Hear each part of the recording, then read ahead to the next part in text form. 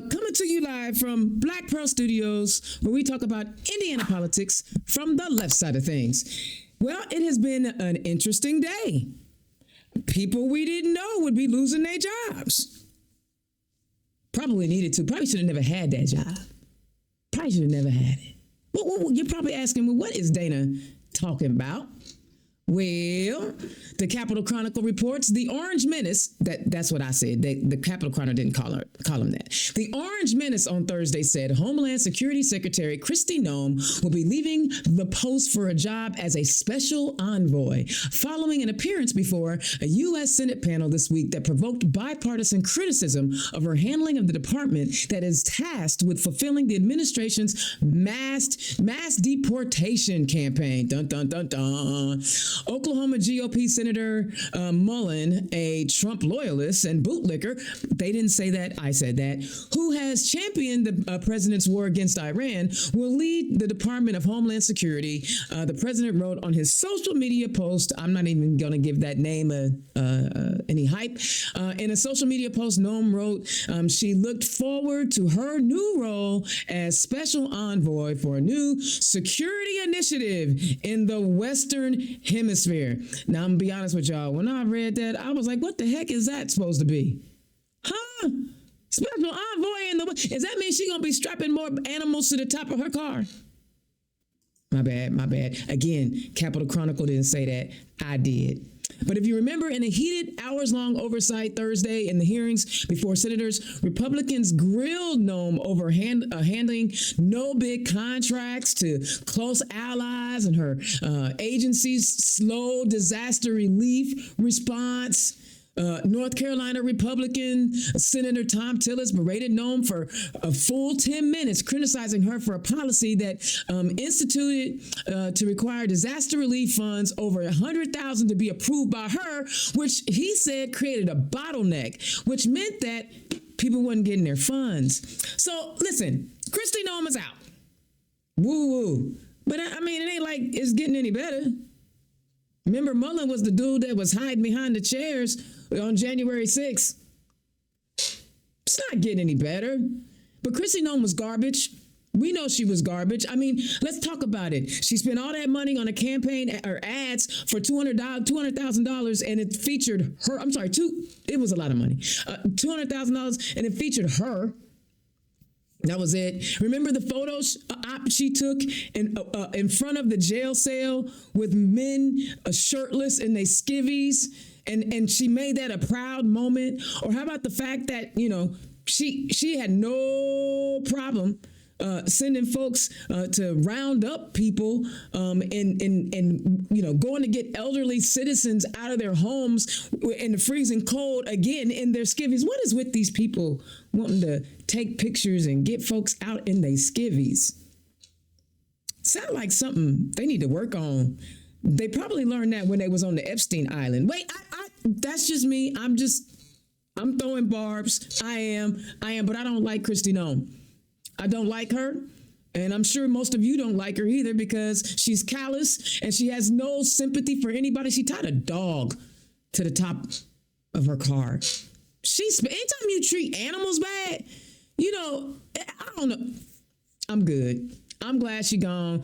Maybe her 10 minutes of fame is up. I mean, let's not even talk about the expensive planes that she needed to have. Child, this chick, she thought she hit a lick, and she kind of did for a little while. But now she gone to be a special envoy in the Western Hemisphere.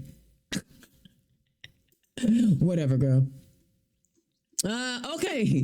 The Capitol Chronicle reports this one. I think this story is kind of interesting. I'm curious to see former Republican Indianapolis Mayor Greg Ballard is shaking up Indiana's race for Secretary of State by announcing a run as an independent on Wednesday. He will have to gather 37,000 petition signatures to get on the ballot and raise millions to be competitive in just a few months. I'm doing this for the people, and I think they deserve a really nonpartisan, low-key professional in that office, and that's what I intend to do, Ballard told the Indiana Capitol Chronicle.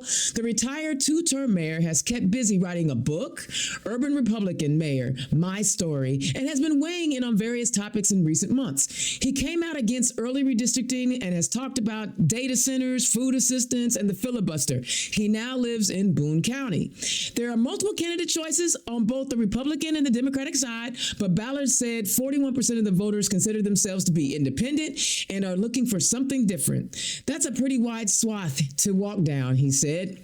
I'm kind of I am kind of disaffected by the path that both parties are taking, and I think there are people in the Democratic and Republican Party who are kind of looking for something different too. And so this makes sense to me. The Secretary of State's race will be the top statewide race on the Indiana ballot this year. Republican and Democratic nominees will be decided at the primaries at the party conventions in June. An independent candidate faces a July 15th deadline to submit certified petition signatures of nearly 37,000 registered voters in order to appear on the November ballot. That is 2% of the vote total in the 2022 Secretary of State's election. Libertarian Party nominees have automatic statewide ballot status for their candidates topping the 2% mark in the last several Secretary of State elections. They could lose that access if they don't continue garnering at least 2%. Current GOP Secretary of State Diego Morales' renomination bid is being opposed by Knox County Clerk David Shelton and Jamie Ritenour, who unsuccessfully sought the 2024 Republican bid. And of course, as we Democrats know, we've got Blythe Potter and Bo Bai, who are both running as Democrats. I'm gonna be honest with y'all. So no, I'm not a Ballard fan because he did some things in Indianapolis that I still find ridiculous. Like, for example, the electric car fiasco where we paid all this money for these electric chargers all over the city and these cars that people were supposed to kind of rent like you do the scooters and stuff. But that never came to fruition. And we're stuck with all of these, plug your car things in all over the place. I mean, so I wasn't real happy about that wasteful spending, but I will say this, when Riffer came down, he was one of the few Republicans that said, this is not good for business in Indianapolis. Don't do this. So he's milquetoast at best. But what I do think is interesting is, first of all, him getting in the race, I wonder if at the convention, Diego Morales even wins his party's nomination. See, that's one of the things I kept saying. You guys, I see the candidates, our two Democratic candidates focusing in on Diego Morales, but Diego Morales may not be on the ballot. It could happen. I mean, literally, Republicans could be like, you know what? This ain't a good look.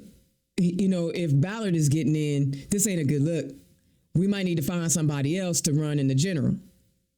Diego ain't a good look, no way. He done screwed up. He done already made two crazy mistakes in the last month. Plus, he turned over all of our voting records to the Orange Menace to do with whatever. Oh, by the way, always check your voter registration because I'm sure them fools is trying to do something shady with our information. They got it. But I think this Ballard getting in is just going to shake up Republicans a little bit more. And if he says he's going to run as an independent and he stays an independent, I think that bodes well for Democrats. I think it bodes well for either Blythe or Bo. Because now you've pretty much split up the moderate Republican and the MAGA vote. It could bode well for Democrats. So I hope he gets his 37,000 signatures to run as an independent. And mind you, if you sign his petition, that doesn't mean it's like pulling an independent primary ballot. It just means you agree as a voter, as a registered voter, that this person should be able to get on the ballot. So if you want to sign it, sign it. I probably won't. But then it's not like he's going to ask me. No, not going to ask me. But I think it'll shake some things up. But again, none of this is going to be settled until June. So let's just sit back and watch the fireworks. Watch and see what kind of Republican nonsense comes out about Ballard and Morales. They about to sling some mud. I'm just saying. And see, Ballard is okay with gay people, so that's going to be a problem for Republicans. Because that Republican Party sure don't like gay people. They don't like trans people. They do not. Did you see where Attorney General? I forgot to read this one, but the Attorney General has put a petition out there to make all of our trans brothers and sisters documentation illegal. He's literally trying to erase trans people by making their documentation to say that they are who they are illegal. This man, he needs to find some business. You would think as Attorney General, and as much as Hoosiers have been ripped off for one thing or another, he would find something else to do with his time. Like that Blackwater purchase of AES. I'm just saying, you would think he would find something better to do than go after trans people. And finally, over the last 48 hours, Governor Braun has signed over 80 bills into law impacting everything from Medicaid to the homeless encampments. Some of the most notable bills Braun signed into law over the last 2 days include Senate Enrolled Act 1, which aligns Indiana with the Medicaid work requirements from the Orange Menace's One Big Ugly Behind bill.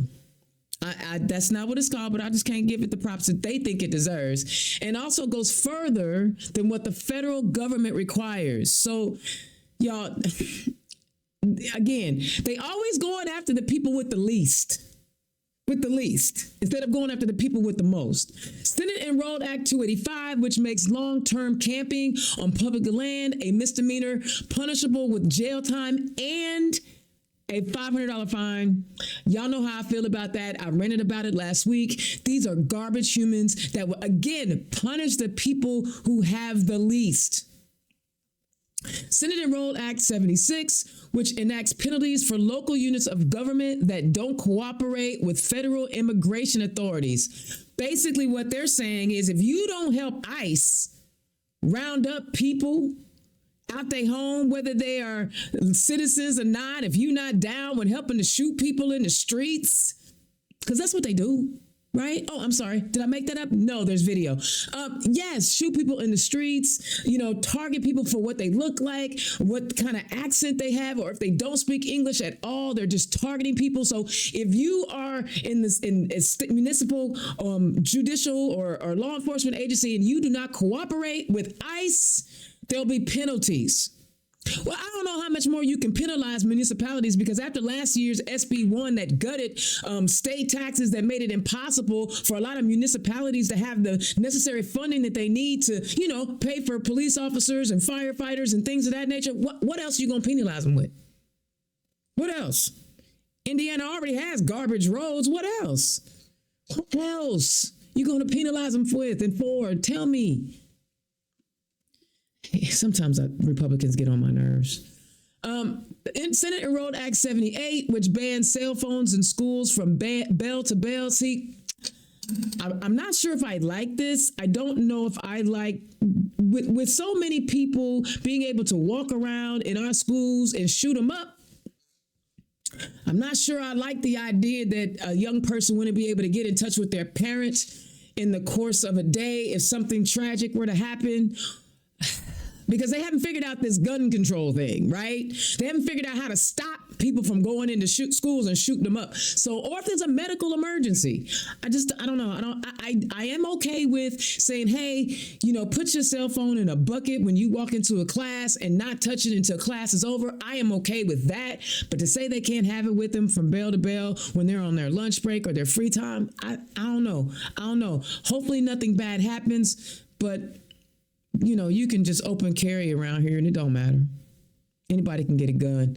And then finally, House Enrolled Act 1343, which grants certain members of the Indiana National Guard local policing powers when activated by the governor. So basically, the governor has his own secret police. Now, he has his own ICE agents. So not only will a locality be penalized for not working with ICE, he can send his own goons in to come round y'all up.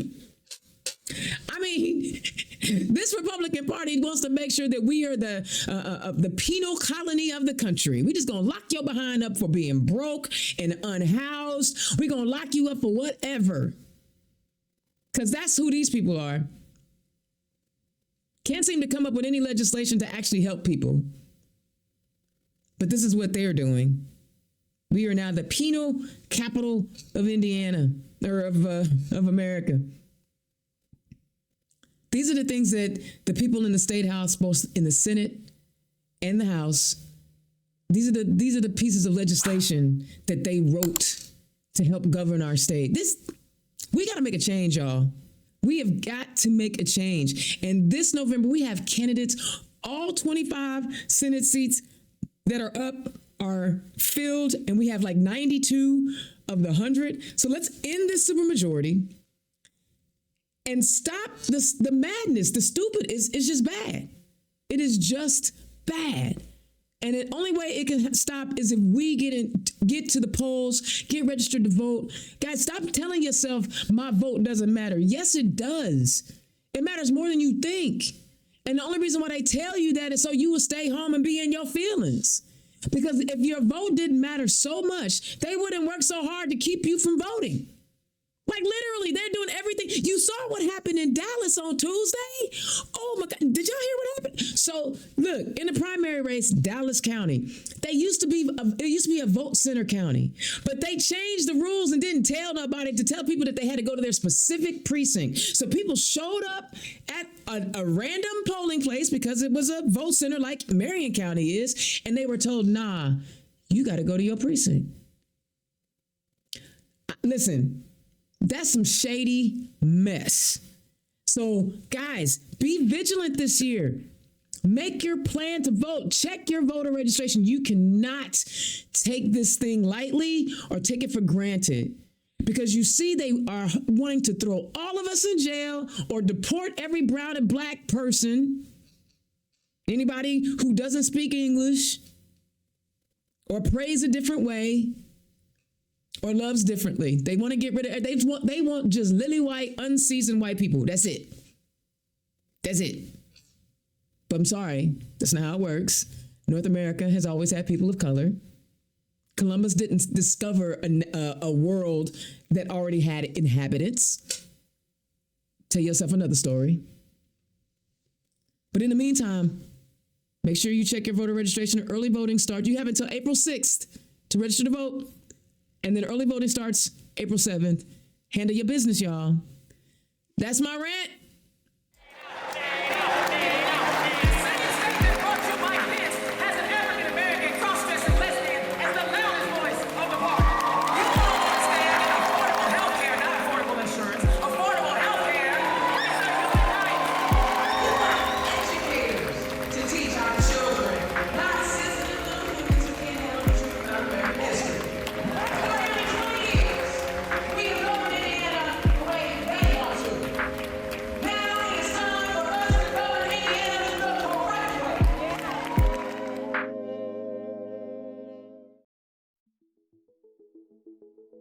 Democrats, are you looking for an affordable digital content creation solution? Then look no further than Black Pearl IT Solutions and Black Pearl Studios. Indiana's own Dana Black is providing many of the communication wraparound services any Democratic organization needs. No matter the size of the budget, Indiana's own and Black Pearl Studios have you covered. Just scan the QR code or visit www.blackpearl-its.com. All right. Listen, guys, we have an opportunity to make some changes in the state. 2026 is the year, and I've got I can't point the right way. I got two more candidates for you guys to talk to tonight and get to know or listen to and get to know. First up, running in Senate District 31 is my good friend, Lasima Packett. Lasima, welcome to the show.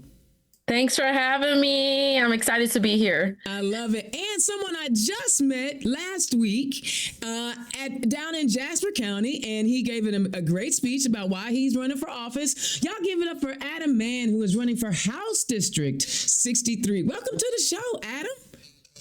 It's the town of Jasper in DuBois County. DuBois County. I'm sorry. Jasper County's on the other side of the state. You're right.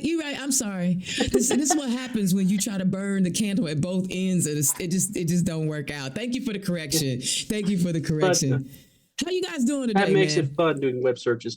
Oh yeah, it really does. So listen, I touched on a few things in my rant. Was there anything in there that you guys wanted to comment on? Lasima, I'm gonna start with you first. Well, it's so interesting, the Christy Nome piece, right? You know, you would like to believe that her being fired or let go would say that we're turning a corner, but you know, we know that she'll just be replaced with someone who is another mouthpiece for President Trump. So, you know, I don't hold on to any hope that it's going to bring any change to the way the department has been conducting itself. You're right. I agree with you on that. Adam, was there anything that you wanted to touch on? Well, it's every one of those pieces important to me, and I would like to dismantle a lot. It's like one of the things is like we put all these laws for criminalizing homelessness, criminalizing this, criminalizing abortion, criminalizing whatever, and it's like, you guys realize this is called a police state, and a police state, there is nothing conservative about a police state, because enforcing laws requires money and resources, and that also comes down next problem. Blue lives supposedly matter when you're defunding the municipalities that have their own police force. How's that working out? You know, you know what, Adam, I love that you brought a different spin on the subjects. You know, I would have never even thought to think about how anti-conservative it is with the amount of money you have to put into enforcing all of these penal laws. But I tell you, you know, they're gonna have their own private police force in the National Guard, so maybe there's no intention of actually, you know, funding local law enforcement when they can have just the governor can have his own private police force. You know, Dana, Fund them too. Yeah, I was just going to say, I struggle so hard with that. You know, as a former National Guardsman, you know, I retired back in 2018 during Trump's first administration because, like, I didn't want to be caught up in any war that he created. You know, I feel my heart just goes out to these young soldiers. I tell you, this is a difficult time for them to face and have to make some really hard decisions, right? And I gave some testimony at the State House during the session against this and asking them to revise this at the very least. Let's change some of the rules or the language around it.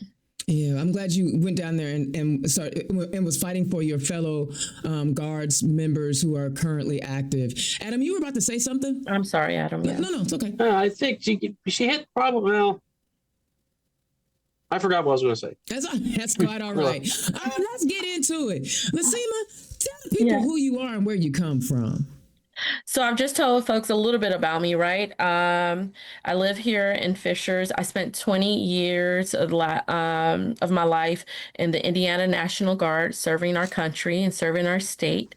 I retired back again in 2018, and soon thereafter, I went to work for the city of Indianapolis. I worked there as a mayor's neighborhood advocate. And during that time, putting in work on the ground level with residents and businesses, a lot of small businesses, I just came to be passionate about the things that they felt about as well, right? And oftentimes feeling like things weren't working in their favor. And I wanted to be a part of the process of how to make sure that, you know, the small America's voice was going to be heard at the state level. And so that's a little bit about my passion as to how I've gotten here. But yeah, I'm a mom and I'm a grandmother. No, you don't look like no grandmother. They're making them grandmothers younger and younger every day. Okay, we're going to go with that. But yeah, and I'm also married to a retired service member as well, who is now a member of the union here as he is an electrician. I love it. I love it. So I got to ask though, what made you want to go and be a guardsman, guardswoman, guardsperson? Yeah, guardsman, yeah. Okay. I actually grew up in Los Angeles, and at the time, around the time I left, I was thinking about joining IMPD. Mm. It was on the heels of the Rodney King verdict. You mean And I LAPD? Yes, Okay, yes. because you said What did I say? IMPD. IMPD. IMPD. It's okay. It's I'm like, so sorry. Yeah, no, you know. I'm keeping up. I just want to make sure. So you were thinking Yeah, about that's my new joining? life, right? Yeah, yeah, yeah. Yeah. I LAPD, and again, it was on the heels of the Rodney King verdict, and Mm-hmm. I knew then that I wanted to do something that was going to be a part of the process, right? A part of Mm-hmm. fixing things, healing communities, and Mm. healing Healing America. communities. And so I started that process, and about halfway through, I decided to move to Indiana, and someone started talking to me about joining the Guard. And I thought, you know what, this aligns very much with my values, how to, give back to my community, and just be a part of the bigger picture, and, just making sure that I provided service to my community, Mm-hmm. and Mm-hmm. while in the Guard, I worked in some hospitals because I started out as a medic. My first 12 years, I was behavioral health and a medic. The last 8 years, I was public affairs, and that's what helped me transition into my civilian life. I love that. So basically, you just been wanting to be a public servant from the get go, and you Yeah. have found different avenues to serve the community. And this is just like so running for office is just like a natural maturation for you, correct? Yes, yes. It's just a part of who I am, right? Just trying to always be a part of the solution. How do I bring people together to solve problems? How do I bring people together to have conversations, right? Mm-hmm. Let's find out where we agree. Let's find out on the things that we can work on together, right? And that was a lot of the work that I did when I worked for the city of Indianapolis as well. I love that because people that just talk about a problem and not try to work on a solution are just complainers. In my opinion, Yes. you gotta be able to offer something up. Hey, Adam, tell the people who you are and where you come from. Well, I'm Adam Mann. I live down here in Dubois County. Born down here. Uh, I live in Boone Township, going to be the Democrat precinct committeeman now, and also will be up in the state delegates too. But Love that. that was Love something I that. forgot to say last week in our meeting. But, well, sitting up straight here. Not much really to say. I mean, went through the Greater Jasper High School, Greater Jasper school system, took all the hard classes in school, got a bachelor's degree in computer science, although it was done in University of Southern Indiana, Okay. Down in and that Evansville. goes through the business. Yeah, Evansville. That goes to their business school, so you also take some business classes along with it. Unfortunately, I don't work directly in a computer related field because I would have to really move out to Silicon Valley to get a proper job there. Mm-hmm. So I jumped on the ball a little bit too soon and then became complacent with what I had. And yes, I understand the struggles of everyday life because I live in that tier of wage. So and noticing how you're a young guy. Actually, I'm 43. What? Yeah, okay, see, what's in the filters over here in the Zoom, and how much water y'all drinking? Because y'all 43. Man, I did not see that coming. Born in the 80s. Oh, you got me, bro. Wow. Okay. Yeah, well, go ahead. I have fooled everyone on my age for a very long time. You fooled me. Mm-hmm. So what's it like, living in Du Bois County in Jasper, Indiana, that made you want to put your name on the ballot this year? Well, it's not really Du Bois County; it's the world at large. Mm-hmm. It starts back in middle school. It's like those career fests. What do you want to do? And politics was something that came up, and then, unfortunately, family members are like, you don't want to do that. Friends and family, you don't want to get involved in politics because of the threats and everything else, as well as, indecisive for a very long time. That's where I came up to computers. Actually went up to business classes and then computers, but I'm circling right back around to that. It's like, we need, it's like, Trump is probably a very good example of why I'm on the ballot. I can do a better job. Right. I know I can do a better job. Right. And someone needs to be here to raise the bar. You're right. You're right. So this question is to both of you, and whoever wants to answer it first, I really don't have an issue. Lasima, you had already mentioned that you went down to the State House to argue against, excuse me, the using the guard troops as police officers. Was there any other bill, or for you, Adam, was there a bill that went through the State House that you had followed this last session that had you like, now this a mess? Either one of y'all can go. Either one of y'all can go. Y'all got to talk. Oh, okay. Well, yeah. I was just giving him a chance. Yeah. So Senate Bill 285, the homeless bill, that one also rubbed me the wrong way. I went and gave testimony on that one as well. Okay. I really struggle with the idea that you want to add on problems to someone who has already lost everything. Again, as a neighborhood advocate in the city of Indianapolis, I was often face to face with this community, and as well with homeowners who like shared the space with them, right?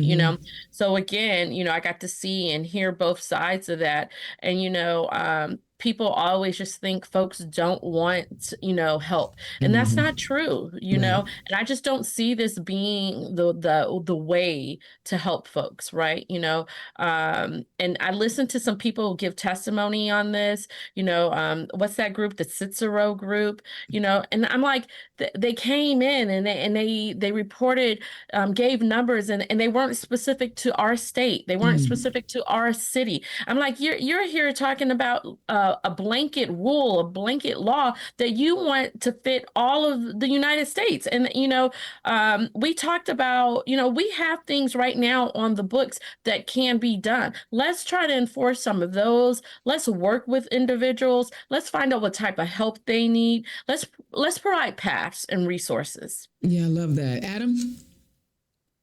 Unfortunately, I didn't pay attention too closely to the bills because by the time I start discovering them, I'm like 2 weeks behind, and I would like to read every bill. In which case, I would be several weeks behind trying to catch up.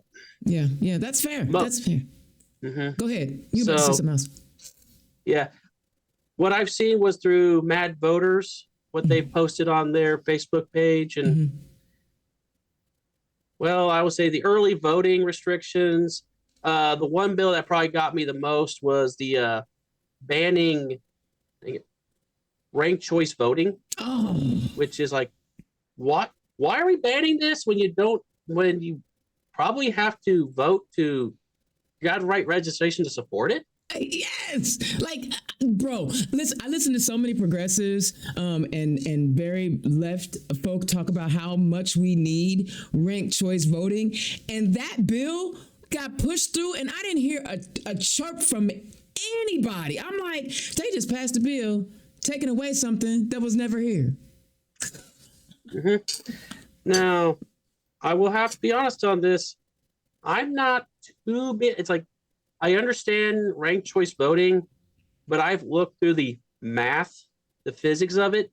I'm not really a big fan of ranked choice voting because of how the physics works, I will support a form of ranked voting as long as your counting method does not involve candidate elimination.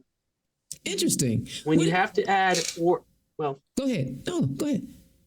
When you have to add order of operations, I've seen a few examples of ranked voting getting used in the United States, but they're modified in some ways, and those modifications change the results.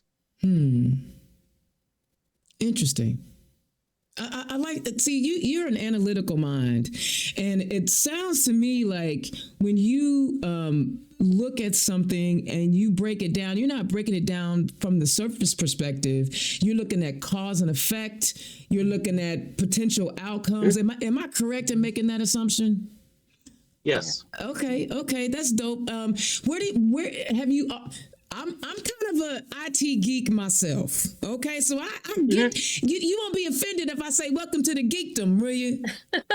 No. Okay, so I assume that you always had a love for sciencey things and techie things. Where did that love come from? Was this natural and you just were drawn to it? Star Trek. I love that. Yeah, I feel that. For me, it was Star Wars, but I'm with you. Yeah. I'm with you. Part of that also, my dad worked for the phone company, got through had a lot of electrician projects. He'd done all this stuff. Sadly, I didn't do too much in hobbies and constructive hobbies whenever I was a kid, but he was working on the radios and old TVs back in that day. We had beta machines too. And, we used that we used the VCR for what the recording function is. You record a show at one time and you watch it at your convenience. Right. Yeah, I remember the Betamax. And then we all went to VHS. I know the kids out there are like, what? I was thinking the same thing, Dana. I was like, oh, we're going to lose half the audience here. Man, don't make me start talking about 8-tracks. That's actually, I don't know what 8-track, that's the limit right there. So I have seen one 8-track tape, but that's about it. So I love it, guys. As we traipse down memory technology lane, one of the tech we all know. You in the Guard. You see how technology changes how you served in the Guard. You're a tech. I'm a tech. Adam. One thing that we know and that we're taught early on in technology is that the technology doubles itself every 18 months, right? We are taught that, and it might even be faster than that now. But one of the biggest concerns that are out there, that since we're on this technology subject, are the data centers. Now, I know there are a lot of people who are anti-AI. I am not anti-AI because I like how technology changes and it makes our lives easier if done correctly. What I am against are data centers next to people, like in communities and in homes. Adam, I'm gonna start with you because you a geek like me. We in the geekdom together. Talk to me about your feelings on how the industry is addressing these data center issues. I believe they're going the wrong direction, but I look at the data centers being added and I'm like, okay, this is a business being added in our community. The business has to give something back to the community somehow. And the problem with the data center is it's mostly meant for remote work.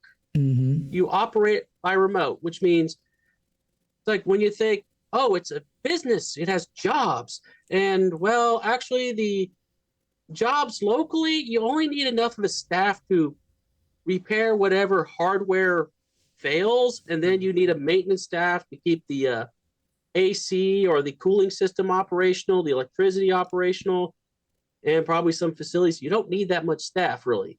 Most of your actual staff is going to be coming in by remote from another state, where it's more convenient for your engineers who get the money.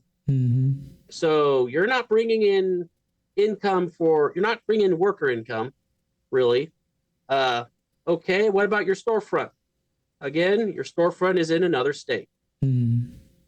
So what are you bringing into the community? Yeah.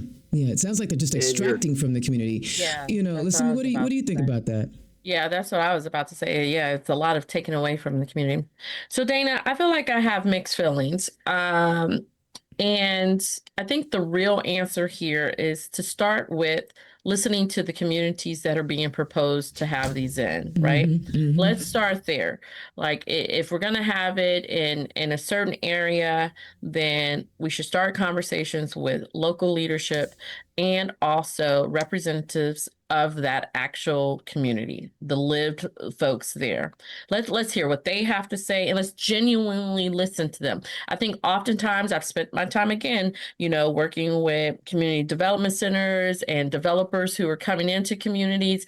And what I have found is oftentimes they come in with their plan already in place, right? Yeah. And they're showing up just as an act of good faith, right? Right. We're not really here to listen to you, but we're going to put the show on like we really want to hear what you have to say, right? And so I think if we could start there with showing up in real good faith, right, to genuinely listen to the community and the local leadership that may or may not sometimes represent the community on what it is that they want, then I think that's the first place we start, right? Yeah. But honestly, I think really let's direct them to areas that aren't residentially based. Yeah. I don't understand that. Yeah, I literally last week on the show I read an article, a new study that basically showed how if a person lives between a half a mile, maybe a little bit more, close to a data center, how much they're breathing in particles, because it was based on, what are the I forget the exact name, but I read it last week. Go back to my last week's show and watch it. I read it. But it talks about how much people breathe in and how harmful these particles are to the residents. And then the other part for me, there's the health risk, but the other part of this is when you put it in neighborhoods like that, you're tapping into an existing grid. Yep. And you're asking the residents to subsidize your resources. Yes. Yep. Without giving anything back to us. As Adam broke down for us, step by step. And so that's where I'm having an issue. And the fact that we, our elected officials in our state house, and I don't know if you guys agree with me on that, but our elected officials in the state house have been systematically setting it up so that we become the data center capital of the world, regardless of how much water it uses, regardless of how we have to have rate increases. Oh, by the way, Blackwater buying AES. Yeah, you don't think, look what they did to NIPSCO up north. Okay, this is not my interview. I'm gonna shut up. Right. No, but you're on it. You're absolutely right. And the thing is also for me, how do we create a pipeline of talent, to be that 50 or so folks that are in there running the place, right? We know we know it's not going to bring hundreds of jobs, right?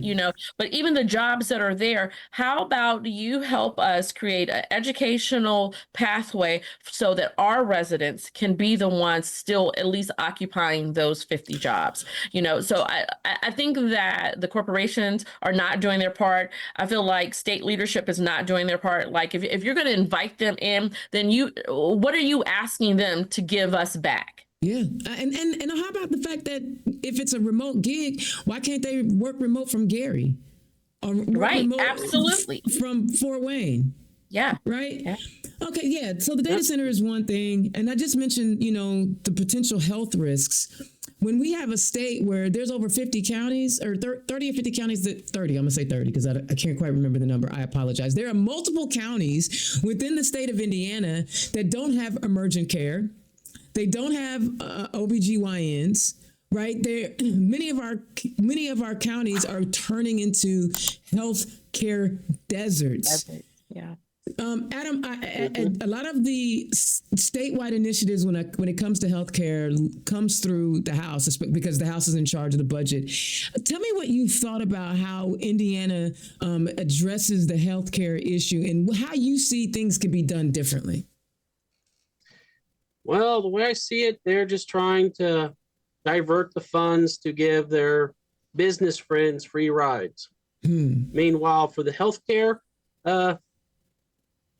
well, they assume that money grows on trees and that if we take away the healthcare, these people who need it will somehow magically produce money regardless. In which case, when you're cutting that healthcare, you're also cutting the revenue inflow for all your pharmaceutical companies your hospitals. Like you don't realize you're hitting your medical field buddies in the back from the consequences of this loop. Where I would be going with it is, well, I got to study the revenue stream. I have to study how the money's getting distributed. And really, I want to simplify the tax code more than make it more complicated and convoluted, because it's all about civilization at the top end. And we have to put something back into the system. We want to help. If we want to build a big skyscraper, you have to have a very good foundation, or it's going to break up by the weight. I like that analogy. Lasima? Yeah, I just think about, again, kind of on the tax piece, we are steadily taking away from communities and then expecting them to still sustain themselves and or do more. So we have to find a way to implement some more responsible tax policies, right? That don't always put the burdens back on residents, and in many cases, not just homeowners, but also renters. They absorb that as well. And healthcare, I just think it's really one of those things that, when I started my campaign, I started my thoughts and the things I wanted to focus on where I felt like values overlapped, right? And I believe healthcare is definitely one of those. So I believe, no matter what side of the aisle you lean towards, we should all be up in arms and care about, the impact of not having sufficient health care in our communities, right? And I would think that would be something that we could all be on the same page about. So. You would think. I mean, my goodness, some of these guys and people in the state house that come from rural Indiana live in these places without these healthcare facilities. But maybe they have helipads like the governor does. I don't know. And they could just, I don't know. Guys, Indiana's own Dana Black, turn left. I am talking to Lasima Packett and Adam Mann. If you are liking this conversation, consider clicking the donate link and donating to these campaigns. Yes, every time Turn Left comes on, it is a fundraiser for these candidates. Yes, it is. Why? Because it takes money for them to run campaigns. So I am making the ask, will you please click the donate link, $5, $10, $15, $25, $2,000, I don't care, right? There's no limits in Indiana. If you got it, can you give it? And let's help these candidates win their election. All right. Lasima, you hit on something right now that I want to get into. Usually when a campaign starts to launch and they have a few ideas that they want to base their campaign on and their platform on, but then they also talk to their constituents, right? And their constituents give them something else, right? I'm going to start with you, Lasima, but this is going to be definitely for both of you. Talk about the three main issues for your campaign and the things that you'll be trying to focus on when you win your election. Well, we've already touched on two of them. So taxes for sure. I really want to get in and focus more on quality tax policies, right? And what that looks like, and how we can keep our communities and our infrastructure well supported, right? Whether that means literally the police officer or the EMS who's driving to your home or the teacher in the classroom, right? I jokingly had someone I called the other day during my call banking said, oh, he thought his wife made enough money. But, I wanted him to also understand that, well-funded schools don't just mean teachers' pay, right? It means that, are those classrooms well stocked? I am a daughter of a public school teacher, and I know what it looks like when that teacher is also sacrificing that maybe well income, but to also bring resources back into the classroom, right? So we want to make sure that our classrooms and other staff that help support your children's well-being, right? And one of the things that I've taken on a little bit more on during this campaign is, what does mental health look like in classrooms, right? Or in schools? What does that support look like? We know that, there's oftentimes not that type of support in the communities or not available to everyone. So if our children are in the classrooms and they're struggling with a lot of things that, we don't even know they're struggling with, I want to make sure that they also have resources inside of the school to maybe help address some of those things that, they get back home, they can't, the family can't help lead them and guide them towards. So another thing was also healthcare.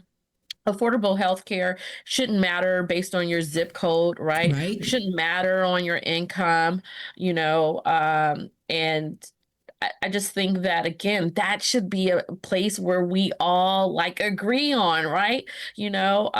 We think about our elders, our parents and our grandparents are aging. What does that look like for them? Right. And far too often, just recently, I had a meet and greet, and that was some of the feedback I was getting, that the healthcare systems are not only are they expensive, but they're not quality either, right? So we're paying more, we're getting less, and the care is not that great. Right. And it just seems like a lot of things are going in that direction, right? Where we're paying more for something and the quality is lacking. So education, healthcare, and infrastructure. Another thing that is really near and dear to my heart is housing. Again, back when I was working in the city, I dealt with a lot of that, and I listened to it. I tried to be a voice on many sides to that. And I saw the work that the city was doing to try to work towards having more affordable housing and what that looks like. And in one of the neighborhoods I used to live in, I listened to folks kind of say, not in my backyard, right? And so I thought, wow, that's so interesting that, we are afraid of the word affordable housing. But that can look so different. So I just want to educate people on, what could that look like? It could look like mixed housing, right? It could look like storefronts with housing above it. It doesn't always have to look like what they envision in their minds when they hear affordable housing. I'm also working on my master's in urban design, so I hope to continue to bring that education to this role as state senator, and to understand what development and design looks like in community and healthy communities. I love the wraparound services in schools. I mean, come on, a Democrat talking about tax code. Man, you gonna mess around and make people's heads pop off their shoulder, because they swear we don't care about the tax code. 2 Democrats talked about taxes tonight. I just want y'all to. I didn't have nothing to do with that. I didn't give them no prep questions. 2 Democrats talked about the tax code, and then urban development. I think that is fantastic. We have too many folks in that state house that all they want to do is siphon the revenue that comes through cities like Indianapolis. Man, they can't stand. They cannot stand that Indianapolis is the economic engine of the state, and many of our counties rely on the revenue that Indianapolis makes to help sustain their communities. And so that urban development, one of the things that you said was affordable housing. Affordable housing is different at every price point, right? You just broke it down. I just had to repeat your whole platform. My bad. It was just so good. It was good. Thank you. I appreciate that, Dana. Adam, go ahead. What are the 3 items that are the focus of your campaign? Well, mine are not as constructed as what's your Lasima? Lasima. Yeah, sorry, I can't pronounce your name. They're not well constructed like that. I want to bring balance, responsibility, basically. Yes, we want to fund this, we want to fund that, we want less taxes, we want this and that, and it's like, we have limited resources. We need to make sure that we are spending them right, that we are actually getting something back from them. We're not handing our limited resources to somebody outside the state just to pay them off. We're not giving away stuff without getting something in return. That's the first part, is making sure the state government is responsible and maintains a proper balance. Because why is our economy where affordable housing is a problem? Well, housing's expensive. Inflation has increased its price. We also have bad assessors at it, trying to inflate their price for who knows what reason. And then we have well, wage stagnation on top of it. Yeah. Yeah. So that's where it's hard to make 3 items, because everything I'm about, it's the entire system and making it actually work for change. And that involves studying it. But that goes down to my next one is leadership. Unlike our orange person in the White House, leadership is about inspiring your followers to do stuff. You don't mandate them to do stuff. Respect is earned. People follow you because you earned it. Now, I understand like military code's a little bit different because of you have a leadership, you have to follow the leader.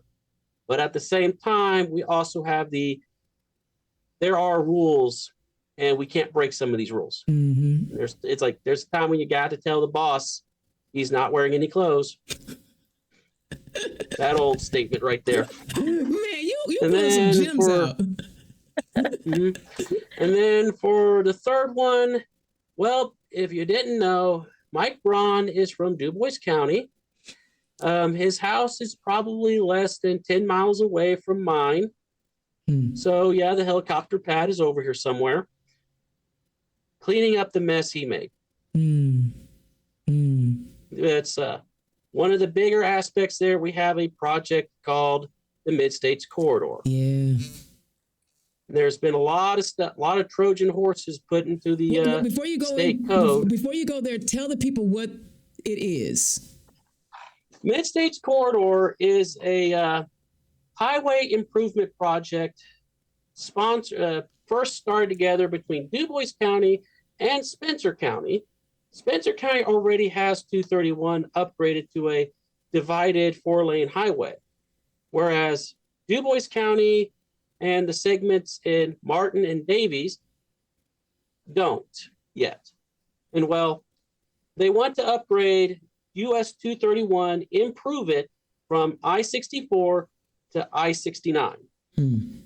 But that was what we were told the project was for. It was to improve 231. Instead, we got this Trojan horse project where instead of focusing on improving it, the contractor who was supposed to research, study, and develop this, their focus was to prove that we have to build a new terrain highway that goes around all the major cities so they can't get challenged by municipalities. So it goes through the county, winds around, it bypasses Huntingburg and Jasper, goes somewhat catty corner through Hayesville, goes around Lagodi. It gets worse though. They want to start digging, but yeah, it's basically they're trying to build a 4-lane divided highway through Du Bois County. It's an expressway and no stoplights. There's a lot of misdesign here because my primary opposition is this is not how you do a study. This is not what we asked for, but it's what the people in charge want. It's like Mike Braun wanted this. And Hank Meek, unfortunately, I think Hank Meekie wanted something else, but he thinks he wants this, and it's actually going to hurt him more than he thinks. But all these major it's only the major businesses, and they feel that it's farm ground. It's cheap. People can plow right over it. Land is a limited resource, very limited resource. Right. Needs to be spent right. A lot of the problems we got with US 231 is more or less self-inflicted. We used to have a route that goes from like some natural bypasses on county roads, but the politics, they've shut down those from being truck routes, forcing more trucks through Jasper. We have alternative routes. We have all this stuff. It's been forcefully shut down to push this one road through. And I'm kind of like, the way they've designed this is like installing the plumbing in a house without designating where the faucets are going. So now your toilet's in the living room because that's where the plumbing went. you are killing me. He's dropping. Okay, see, you got me. Thank you. Just when you think, and then he takes. Okay, yeah, I love it. I love the way you use analogies. You know, technically, I need to be more neutral, but yeah, I'm part of the group that's against it, so is our Senate candidate, or Democrat Senate candidate, Brad Hoaxang. Mm-hmm. We're both part of the same group. As much as I'm not in the path, he got swindled. Mm-hmm. What happened to him was he bought a house, and nobody told him that the land was slated where the road was going. Because for some reason they didn't have to, or that. And then he discovers, I just bought this property and it's going to get mowed over. Oh, that bites. Yeah, we have some of those issues. Yeah. That bites. That is some nasty, underhanded mess. But that's what again, that's what government is supposed to be looking out for the people, and to prevent businesses from taking advantage of the people. But it's like all they care about is them dollars, and it don't take much. Like if you go look at the campaign finance reports, because it's available, because they have to report, you can look and see where the legislation is coming from. And a lot of times it only costs them like $5,000-$10,000 to get them to write a piece of legislation that is harmful to communities. It don't take a whole lot.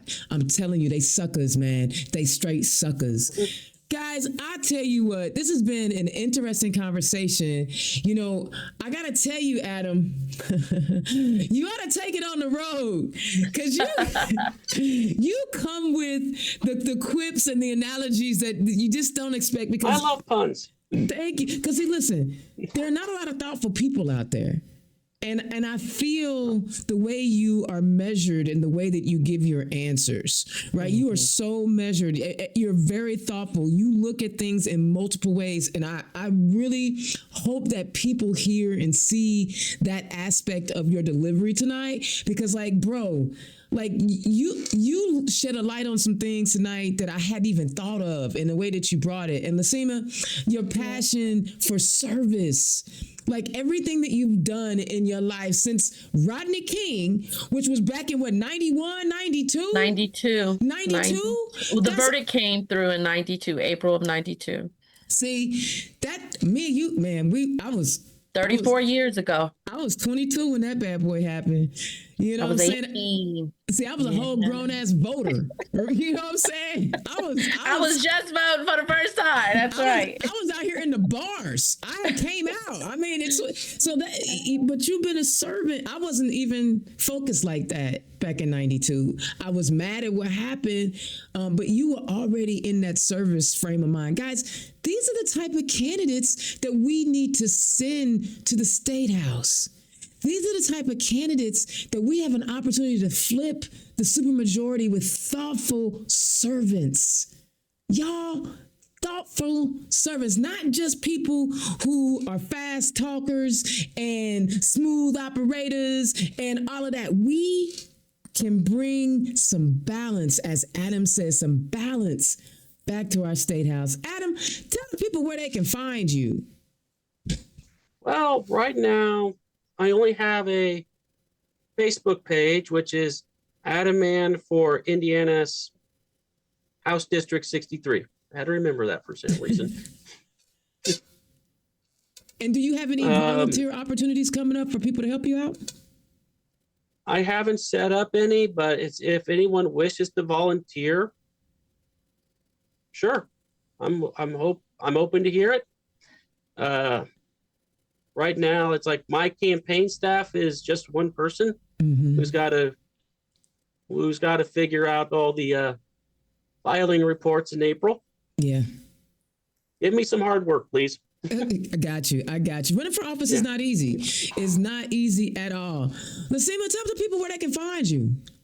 Well, I'm going to tell you, look, I need all the volunteers I can get. I am running a primary race with several other contenders. So yes, if you want to knock on doors and phone bank with us, I absolutely need you to go to Packett packetforthepeople.com. That's Packett with two T's, Packett, the number 4 thepeople.com. And you can find me on all socials. I'm on Facebook under Packett for the People, Instagram, Packett for the People, YouTube, TikTok. I'm out there. Follow me, find me, and register. Yes. I love that. Guys, thank you so much for taking time out of your busy schedules, because you both just told me you had limited staff, limited volunteers. That means you're doing it all on your own, but you took time out for the listeners to get a chance to know you, hear you, understand why you're doing what you're doing, feeling your passion the way that you deliver it. So thank you for taking time out of your Thursday to come talk to the folks that listen to Turn Left. Thank you, Dana, for having us and this opportunity to expose us to the greater metropolitan area. I appreciate it. Not just the metropolitan area, baby. This is Indiana's own. We 92 counties strong up and through here. That's right. I love it. All right. Thanks, guys. Listen, candidates are important. We've got to have good candidates. Donate to those folks if you liked what they talked about, if you want to get down with them, if you are interested in helping these candidates, because they could use the help, right? Running for office is never, ever easy. But, in light of the issue of locking up homeless people, I always have to go back to the work that we do at Trinity Haven. Trinity Haven is the only residence in the entire state of Indiana that provides shelter housing for LGBTQ plus youth who are at risk of homelessness. It's unfortunate that adult people who had kids, because their kid turned out the way the kid turned out, they had nothing to do with it. They just are who they are. They have to just allow them to be homeless and be unhoused and struggle as young adults. So we at Trinity Haven, the work that we do is that we have a home where we have up to 9 young people between the ages of 18 and 24 who can stay up to 2 years. And we also have a host homes program where if you're in the Indianapolis area and you have an extra bedroom for a short-term stay for a young person, 6 months or less, with training, of course, we vet, do all of that. But this is what Trinity Haven does. See why the State House wants to lock up, because if you saw Blake Johnson's questioning, and I don't know if you did or not, he asked, was there an age restriction on who we were going to lock up and give $500 fine? There is no age restriction. So a young minor, a young underage person could literally get caught up in the justice system as their life is just beginning because their parents didn't like they was gay or trans or whatever hell. Right? So we at Trinity Haven, we're trying to do what's right, and that's to provide shelter for these young people. But it takes money. We knew that we could, with the new administration coming in, we had to prepare ourselves for the fact that we were not going to get grant funding, because we put in our statement, we are here to help LGBTQ plus youth, period. Right? So it takes money. But we like to have fun because we gays, you know what I'm saying? We are the rainbow team. So guys, join us for Drag Bingo on March the 12th. I will include the link where you guys can buy some tickets and join us, or just donate to Trinity Haven. Go to trinityhaven.org. The thing is there are organizations out here doing what is right when our government is letting us down. And Trinity Haven is one of those. And I believe in Trinity Haven 100%. So guys, if you want some fun and some food and drinks and bingo, who don't like bingo? There's going to be prizes for the bingo. Reach out to me if you want more information on that. But also be sure to check out Trinity Haven's website. They're also on all the socials. So please support Trinity Haven, because we are providing a service in our community when it's the most marginalized and least helped community in our city. All right. There's so much to talk about. I'm going to stop talking now. And here's the deal, guys. I won't be on the next 2 weeks. I know, just what we just said, momentum and it's rolling and all of that. But if you haven't already done so, be sure to check out Turn Left, Running for Congress. I have a lot of interviews already up on my YouTube, Spotify. Listen to the candidates who are running in the primary for Congress. I have another interview I'm going to drop with another podcaster from Who's Left, Scott Aaron Rogers. So I have some things in the bank. I just won't be on live for the next 2 weeks. But just know know, the work that we do to encourage people to get civically engaged, it's kind of what I do. It's like air for me, right? I don't get caught up in talking about people. I get caught up talking about policies. We had an amazing training session. IDAC Indy, Hamilton County Dems, and the state party came together up in Hamilton County, and we had over 65 candidates who learned different elements of how to run a campaign, and they want more. Right? And that's what we're supposed to do. We're supposed to provide our candidates the resources to help them run successful campaigns. That's what Turn Left is, a place for people to get their messaging out. If you're sitting around talking about people, go find something else to do. But if you want to talk about policy and how we get the right individuals elected who are going to write good policy that improves lives, that's what I'm here for. That's what I'm here for. So y'all, Indiana's own Dana Black. I'm off for the next 2 weeks, but I will catch y'all next time. Peace. Turn Left is the property of Black Pearl IT Solutions, executive producer, Indiana's own Dana Black. Music by Dorian and 22 from Pixabay.